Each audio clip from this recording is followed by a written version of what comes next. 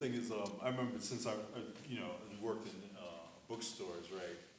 And I've had a couple of, there's that scene where he comes into the bookstore and, he takes his books and everything. I've never had a black author do that, but I have been in situations kind of like that, or had it brought up to me and everything. And with fiction, if you have a store where you could have things sections. I mean, some bookstores do section out fiction by they'll have Afro-American, African, they'll section it like that. So that's not an issue. Most of it it's just fiction. But when it comes to Afro-American studies, you kind of have to. Sometimes you have to fight. Fight with management and everything. Because I've asked God, and it gets down to this. I said, well, who do you want to read your books? I say, well, because what'll happen? I said, you want me to put your book in American history? He says, well, two things are going to happen. One thing, your people aren't going to read your book because they're not going. Wait, you go through American history and find the book. So okay, whatever. But and the sales are going to go down. The sales are going to go down. Period. So, there should be like Afro-American slaves, if that's what the book is about, you put it there. With fiction, it's a little different, but I've had that sort of thing where you kind of get, the universalism, being black is gonna, tank my sales, that kind of thing, or the sort of elevated sort of thing where, the only thing about the book, what does he say? Black is the ink. Is the ink, Yeah. right, on the page. And it's kind of like, well, okay, if you're black, you can write about anything, but sometimes it's like, yeah, I mean, with germ, a lot of people, they just don't go through all those conniptions. But one thing, that I thought is kind of there, it was something like, it's something in this movie, that's kind of there, but they don't really deal with it, really. Because you have this family, right? And they're like really super overachievers, right? But they're a mess, right? The father's killed himself. The mother has dementia. They're all divorced, or not. The sister drops dead, and she's divorced. The son is unseen. The Yeah, gay son is unseen. There's all this, And I'm looking at this, and it says, there's something here, and it says, I'm wondering if this is a case of sort of like this John Henryism, except the film can't really deal with a real issue. Because I don't know how many of you have done this, I've done it, where you are just going to be better than any other, usually white worker or anything, and you're going to just do this. So sometimes you're just really pissed off, and so you're just going to be better than anyone else, and it just gets into this thing you get into. And you also kind of like work off the anger and that kind of stuff. And I kind of wonder if this film they didn't have the courage to really even confront it. And sometimes I wonder if that's also true with Origin, right? Where she goes through all this stuff and she soldiers on and writes this book. And, I wonder if that's the city you have to like do this sort of hyper achievement to get through and feel legitimate or whatever. See, this is where being mixed has its place. Let me just step in there.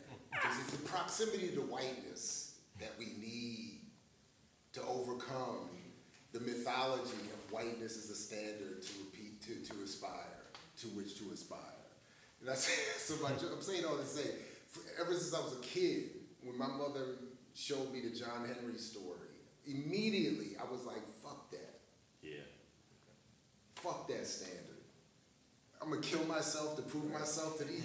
Damn that. That's and immediately, and from there, even as a kid, the ethic in me is if somebody got this, if anybody gonna die, it ain't gonna be me by my own hand. Or it ain't gonna be me killing myself to work for you. If death is on the table, if there's a buffet table, of options, and death is on there, it's not mine. I'm not self-selecting that and then holding that up as a. So I'm just saying that as a joke. Okay. No. So, but I know that the John Henryism is real. I just wanted to make a little joke. But it is not. But it is true that that these films, to the extent that I'm following your point, these films do encourage a white standard being maintained, that black families are only valuable to the extent that they measure up to that white standard. The second time I watched it with my other homeboy so that I could catch him up to your analysis, because he was still lagging where I was initially. And I was like, now we're gonna watch this again. And the scene where the sister she's a cigarette smoker and then she dies. What I said to him, what I would have wanted the movie, a movie more, doing more of what we would like maybe to see it do, is to make that point more clear. She's even in her, because what was she, a doctor or something? Yeah, even in her black bourgeoisie state, having succeeded in all the black capitalist fantasy, she's still a stressed out cigarette smoker who dies early. Right. And the film doesn't really do anything with that. It seems that by the end of the film, we're supposed to just come back to, this is why we should feel okay about whatever choice this guy makes, because he lost his sister, and this one, and he's, and that critique of the black bourgeoisie is never made available to us. They never.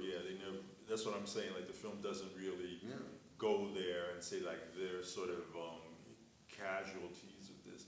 They also never really get into the real problem with the publishing industry, which is they're not. Well, they're also just not honest about what the publishing industry is today. I mean, there is a black bourgeois narrative that's actually very popular in the publishing industry for you would say the better part of the 10, 15 years. I mean, my good friend Jason England probably wrote the most known negative takedown of American fiction. He mentions that. He says this is in the world of Zadie Smith, American fiction just becomes completely fictional. It's just not real. And it's interesting that you were saying something about a couple things. That scene in the bookstore always kind of, to me, shows this is the problem with American films, Hollywood films in general, is they look to set a narrative of the world as pretty singular. I would actually have no problem depicting a scene where this writer goes in there and has this reaction. But he's never challenged.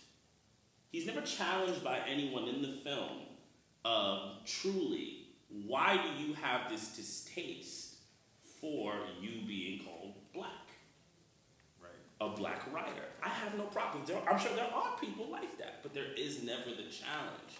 And the film, because the film looks to just be a defense. And the another thing with the American fiction is the straw manning of black poor people, right? Who live in this kind of cloud space in the film, right? And which seems to be it feels like I take it as, I don't know what they're saying or doing, but I experience it as this another version of black poor people are the problem. Even because look at they're being depicted. Look how they're being look how they're taking shit from us. They want us to depict black. It's pathologizing black poverty once again, right? And it's weird because then the film shows you how you shouldn't depict black people, but then they actually give you how you should depict black people, and how you should depict black people looks like a Lifetime movie, or Hallmark movie, right? The music was very it had a nice kind of lightness to it. The shot selections were very tame, right? Easy, getting sympathetic and empathetic, warm coloring, or very, very pungent, the colors and things like that, really focusing on faces and deep emotional moments. And the filmmaker Cord Jefferson, and if you watch his interviews, he's very transparent in his want to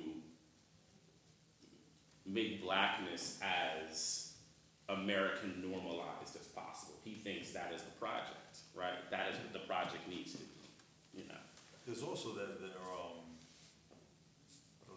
there's the sister, she's like the help, and then she gets married at the end, and it's kind of like, which in the book is really different. In the book, that's probably one of the better parts of the book is this class analysis of the hostilities of a domestic worker will face in any kind of situation, whether it's white and black, black and black, whatever, and the film makes it into this. She was just part of the family. yeah. In fact, I hope nobody takes this the wrong way, but she at the end, right? There's this conflict, and Right. it's almost like a mammy thing where she heals the family. Yeah. And she's everybody, we're all family here. You all Yeah. come in, and it's like boom, everything's magic. I said, wow, that's No, it's completely that. The magic Negro within a black film. Right. Yeah, That's wild. it's kind of It's very I wild. think 30 minutes. Yeah, questions? Yeah, it was Yeah. good. Yeah. All right. Anybody have any comments, questions? Questions, comments, we can go. Yeah. Catechisms? Go ahead. Yes. Yeah, I'm really interested in like the way that y'all were talking about kind of like different tactics and structures within film and theater and like empathy and how they elicit different responses or allow filmmakers to manipulate emotions in different ways.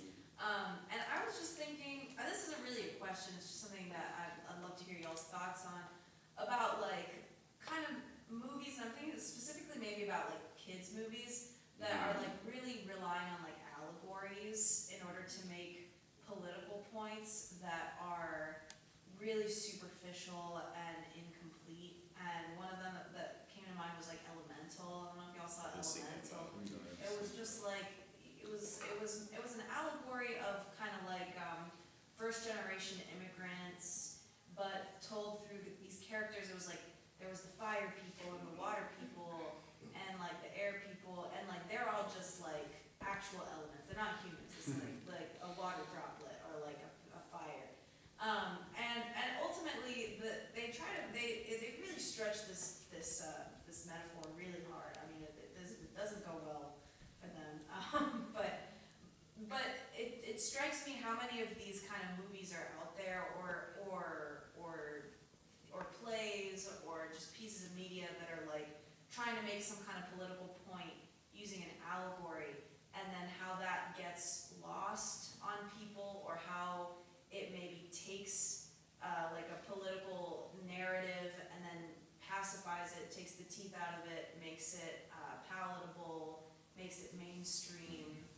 I don't know, and with the very same sort of like cathartic endings. I don't know, I'm just interested to know what y'all think about that. I mean, our children just sort of aged out of all those films. So up until even that one, we've seen a lot of it. And what they clearly do is it's another version of, I keep using this guy Chris Mott's woke imperium idea. Okay, we know there are problems with race, class, gender, with the environment, with teen angsts, hormones. So we're just going to present them in ways that will become non-threatening and will always assure that the narrative concludes with some vaguely liberal result, and with the clear goal of setting that intellectual agenda for children to follow going. I mean, it's really obvious as a parent watching them. And the difficulty is A, teaching it to your own or any other children, or having them tease out. And I'm known for stopping movies to give lectures in between. Like we would see scenes and something would happen. I'd be like, hold up. If gone too far. My kids be like, oh, Dad, you can't get the. But you have to, because on the one hand, we're not. Again, I admit we weren't as hardcore as to fully deny access. So the point was, we're going to watch and then have ongoing conversation. But I think that, anyway, I think there is a clear intent to set a course, and we have to be more vigilant and aggressive. Yeah. I mean, as a recent parent of a 6-month-old daughter, this is something that's become increasingly of my interest, to be honest with you. And then my curiosity has now gone to how we as people who have political reads need to maybe step into that arena in creating work that speaks to the development of children. Because yes, they are instructional. I mean, there's a great book if you're ever interested in visual language called The Visual Story. I teach it, and it's about a man named Bruce Block. He was a professor at USC, and he teaches just really the science of visual language via cameras, right? Which is a lot of it is borrowed from painting, as you know, the depth and everything. So they kind of got those ideas, but then cinema, and then photography is still photography, but then you get into motion pictures, different rules apply. And what Block exposes in the book very well, it's not a political book, but it's a descriptive book of how perception is created. What he exposes is the suggestive nature of frame, where you put things in frame, spatial relationships, all of these things through color. I mean, how we're being socialized via color. I mean, there is no thing as the color wheel. Color wheel is a socialized creation. So color becomes a social perception for us. How we perceive, red is this, blue is this, so forth and so on. And if you apply what you do from that book and you look at children's programming, you realize the programming that goes into it. And like I said, we could be here, any different techniques, we could be here forever. It's a. Can I just go ahead. quickly, I forgot one. You just remind me. One, How to Read Donald Duck. Yeah, it's a great one. Yes, Phenomenal. I still use it all the time, and I've done that same thing. I've stopped a movie and had my kids look at how they've shot this, so that the person in power is framed, so that they're looking. You have to look at all. And then I also say to them, and I encourage it for all of us. I use it. Try to, except for American Fiction. I got caught on that one. But whenever you feel an emotion, I'll say this to my children too. Whenever you see a movie and you start to feel an emotion, recognize that that's by design. Yeah. That very talented people have worked very hard to elicit that. I've even stopped and think. Look at. We were looking at The Shining, and I was like, look at the pantry. Look at how you even see the labels on the cans. And there's reasons that what's his name? No, there's who did the director? Kubrick. There's reasons he put this there. So everything is meticulous. And then we even watch the credits. Mm-hmm. Make your children watch the whole. Sit there and watch the scroll of all the people who have worked on every aspect of this motherfucking film. And this is why every single thing in it. So that's the only, these are just small defense mechanism tactics I've been trying to. But because I also want, because a lot of film and television too, a lot of it's kind of like what to do, how to conform, and how not to do things, and it teaches these lessons. Right. But one thing I've noticed has kind of gotten under the radar. And even with these films like we've talked about today, but even with spectacularly successful films involving black people, it's like I know there's all this black family destruction, right? You look at the Black Panther films, and by the end of the second one, it's like, who's left? Right? And it's just sort of Just done. the colonizers. Because the black and brown folks, Right. they wiped each other. It's just done. With That revolution thing is not good. with American fiction, you know, you have this family, and it's clearly they're in bad shape. A couple people already, you know, one's dead off screen, one's missing, one dies on screen.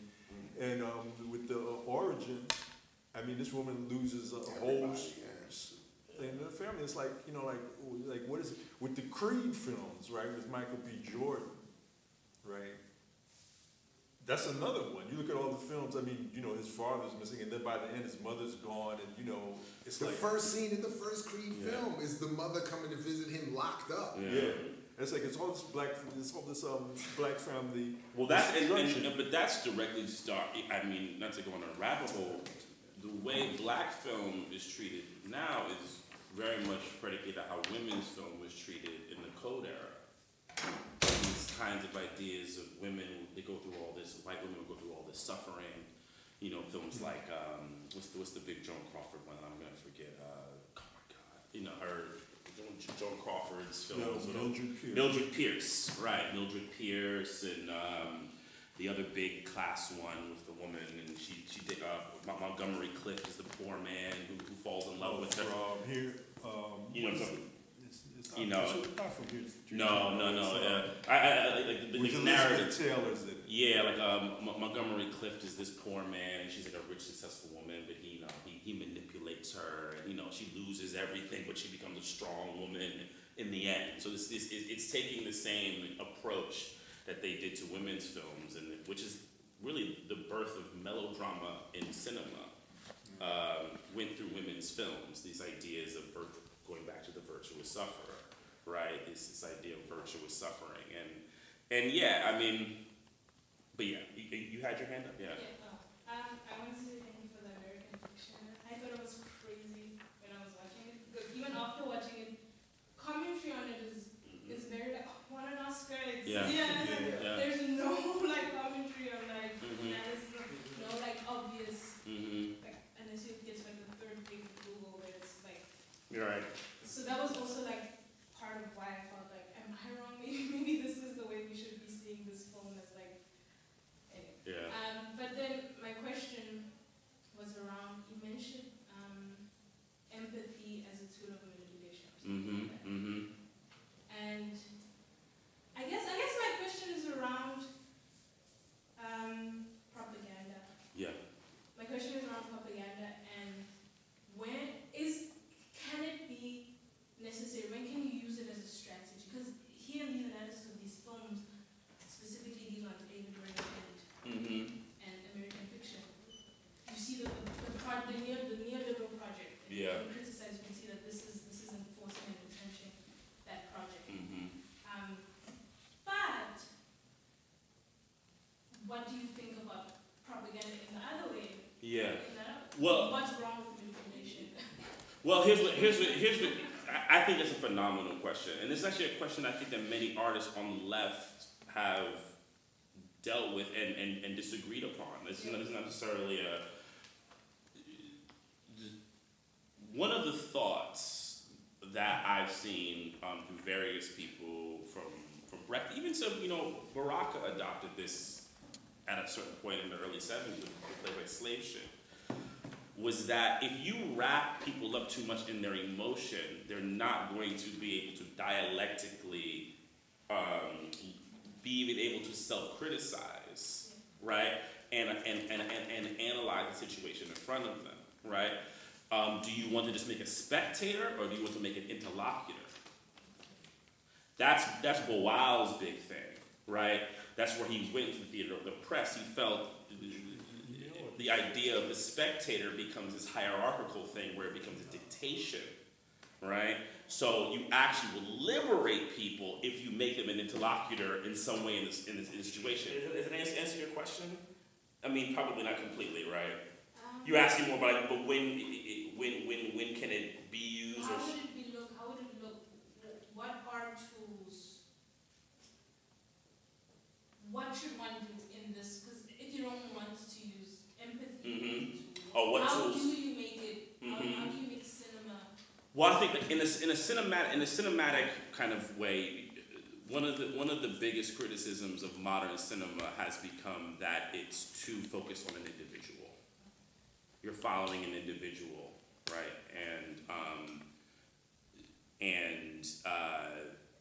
that's one criticism. Another one is shot selection. The idea of, one of the, I think the powerful things about someone like Glover Rocha, if you watch him, he used close-ups very, very sparingly, right?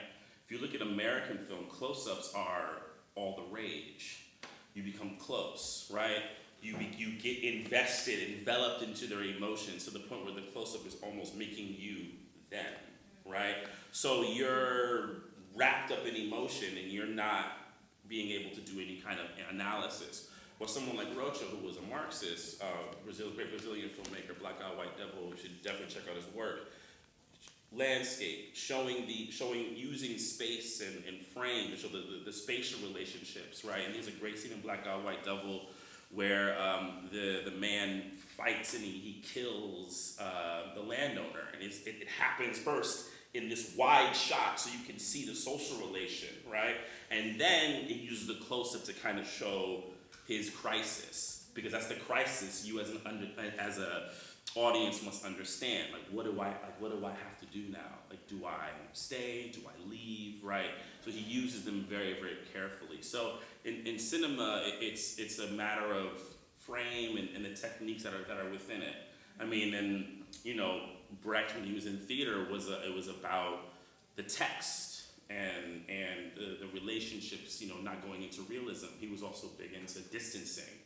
So distancing effects is another thing. Not doing things in the present moment, creating distances away so you're not wrapped up in the current period. You're observing the past, and then you're making those links between, this reminds me of now. So there's a lot. I mean, there is a lot of different ways. Go ahead. But I walked in. I might have missed a key point or part of your question. But from what I heard, there's something that you said in our discussions that I struggle, that adds to the struggle that I'm already having, which is we have to create among our audiences an ability to see and a willingness to see black film and be delivered in ways we're not trained to see them. Like, we can't expect it to look like a Wakanda or whatever. It's not going to look like that.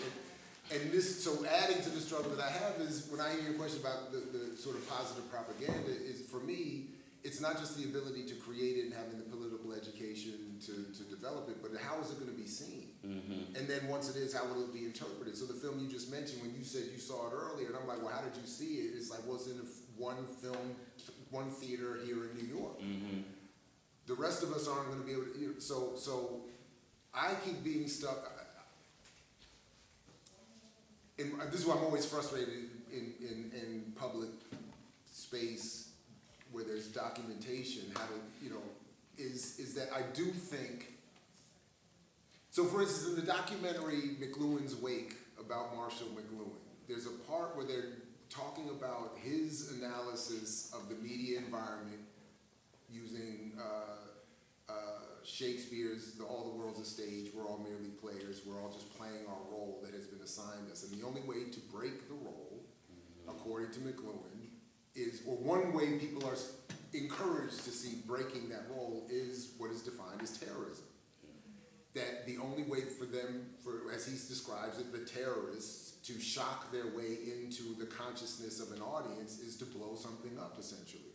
So, not wanting to be confused again in public on some devices here, that I'm not advocating that, but I am suggesting that in terms of how we have to find new ways of either reducing the target audience in terms of size and saying we're only target, Glenn Ford was mentioned earlier. I'm a big supporter of his way. Like, I'm not, what he used to say, I'm not creating journalism for the masses. I'm trying to target a specific group to inspire them to do what they need to do.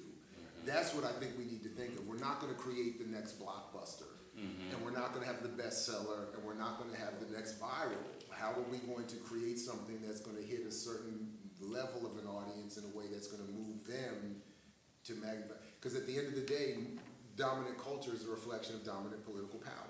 We don't have it, so we're never gonna have a movie opening in thousands of theaters that's reflecting the politics we want to see. So It's not that I don't agree. I look at the work that you personally do, and I wonder how you juxtapose that, because a platform that you had, if it existed when the Daughters of the Dust came out, or Sankofa, all of those like-minded people are meeting at Black Power Media. So it's nothing to have now Julie Dash comes to your audience, and now this is sort of the world stage where this film gets shown, and now there's other networks. So maybe it's not, you're not going to get to AMC, but if you get to 100, 150, 200 global organizations out all participating in media projects like yourself are doing, that's the audience. So I'm not trying to diminish mine or any of us work. I'm trying to, but we have to be realistic. Right. Mm-hmm. The next Hollywood Avengers, whatever equivalent, is going to reach amounts of audiences in ways even at the height. We're just not going to reach them. I think we got to be okay with that. I'm saying we do. Yeah. That's what I'm saying. I'm saying that we just have to work with that. That's all I mean. Look, one of the things that I think that's been lost in, this is to me a couple of things. I think there's one of my challenges with the left is the conversations around culture and how culture plays a role in leftist politics. I think, and this is one of the things I'm happy with me and Jared's conversations is that we've come to this conclusion that there needs to be a stronger cultural wing. I mean, Jared's been doing this work for a long time, right? And to me, there's this lack of acknowledgement that is, because if you look at the heydays of a lot of things that we respect, culture was a big part of it. There were stories of they would drop film canisters of revolutionary films into places like Vietnam that they could watch. I mean, the Cuban revolutionary filmmakers went to Vietnam to make a film about them, right? And then they screened it. They did private screenings. Latin America, that was a huge thing, going into the actual factories and screening films for the factory workers about the revolution and about the politics that needed to happen. And there seems to be I'm not saying it's not happening, not at all, but I think there isn't the commitment to it.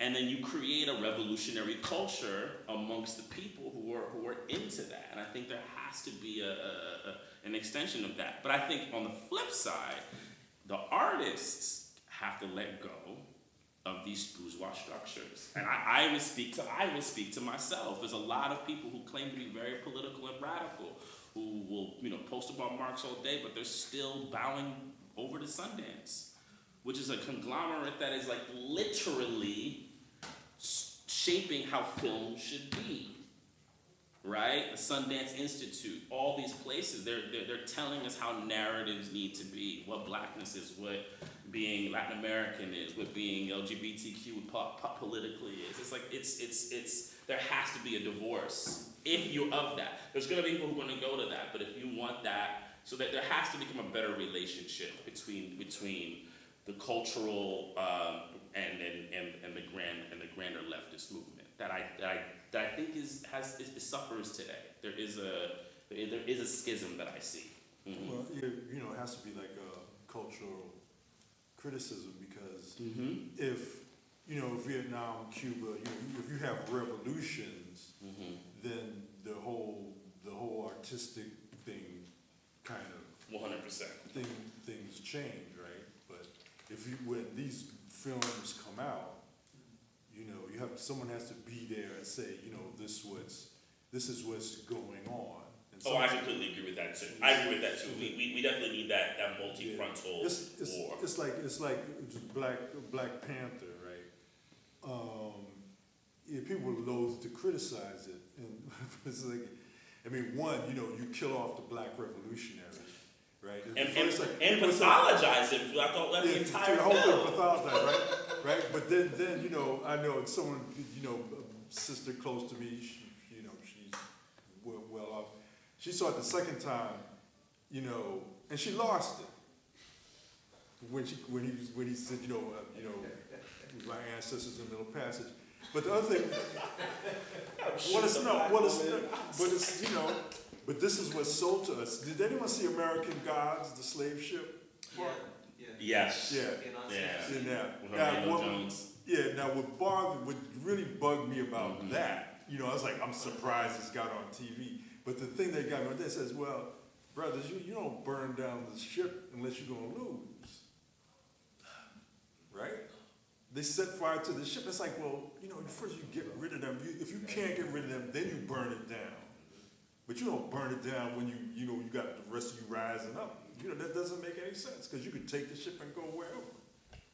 Right? And remember, it was a white guy who did Django Unchained, where you see with his, slavery, this is girded down and that's it. And, he rides off and there you go. Right? Because the thing with the Black Panther films, this is the thing, this is going to get really kind of like meta-cultural, right? Who is Killmonger Ndjaka's mother? They don't have her, right? Huh? They don't have one. She doesn't have one in the film. Killmonger doesn't have one in the film. No. Right. Yeah. But what's the implication? You get these guys, this guy comes, he's in LA, it's at a certain time, right? And all of a sudden he's converted to the father's converted to black. So who's the mother? It's gotta be a sister. Maybe Ram, Black Panther. So, but I see what you mean. right? Yeah. But the Wakanda, the whole film, it follows the dictum from 1662. It's partus sequitur ventrum, okay? The condition of the child follows the condition of the mother, all right? And that's the slave that was laid on black people, which means you gotta keep black men away from white women, right? But once you have black women, so slaveness becomes blackness, right? Now, following, right? Who's Obama's mother? Yeah, she's Irish. Who's Kamala's mother? South Asian. Yeah, she's from India. So it's kind of like, what's going on here? What's their connection to American slavery? Oh no, that was the thing. Eleanor Cliff said it on the McLaughlin group. Obama is safe for white folks as he does not have the baggage of slavery. That's not, this is not the thing, right? And they're both, it's both tied to what? The mother. Well, slavery, but not through them, but they're both tied to what? The British Empire, because his father's Kenyan, and the parents, they came to Jamaica, and then so I'm saying this whole thing, the meta thing is that this sort of like unsaid dictum about black folks, it's still sort of operating, right? And it even operated in the Black Panther movies, because those, people say, oh, I would love to live in Wakanda. I said, well, I don't, not me, not I. Because they didn't show you the workers, and I know that's where I would have been. So they I mean, is it all that? Our first question was, cleaning the dishes? Who was picking up the trash? and is it AI? Like, what is going on? The Siri invented the trash. But this is the thing. And the savior was a CIA guy. Of course. Bruh. But this is the other thing, right? This is the other Something thing. in my head, They kind of only really liked elite Afro-Americans. Yeah. Yeah. And then when they land in the thing, what did they say? Well, we're going to bring you a STEM A non-profit program. Well, STEM come on, program. man. No, they said it was an arms To program. Oakland. They even said an Oakland, arms program. They didn't even have an art program. I mean, come on. I mean, I would say look towards the LA Rebellion of the 70s. Oh, yeah. All of that stuff from Burnett, who's still around. Stuff, huh? Contemporary, I'm gonna honestly say no. No, none at all. I mean, I won't even tout myself, but like no, like huh? Because and I'll give you a quick answer why is because the black cinematic tradition has been cut off from that part. I mean, look, you go to film school, which is how most people become filmmakers in this country, they're not even taught about Oscar Micheaux. Right? They're taught about Spike, right? And they're taught to emulate, you know, if you look at something, Spike Lee updated his must-see list of movies, and he put it out there.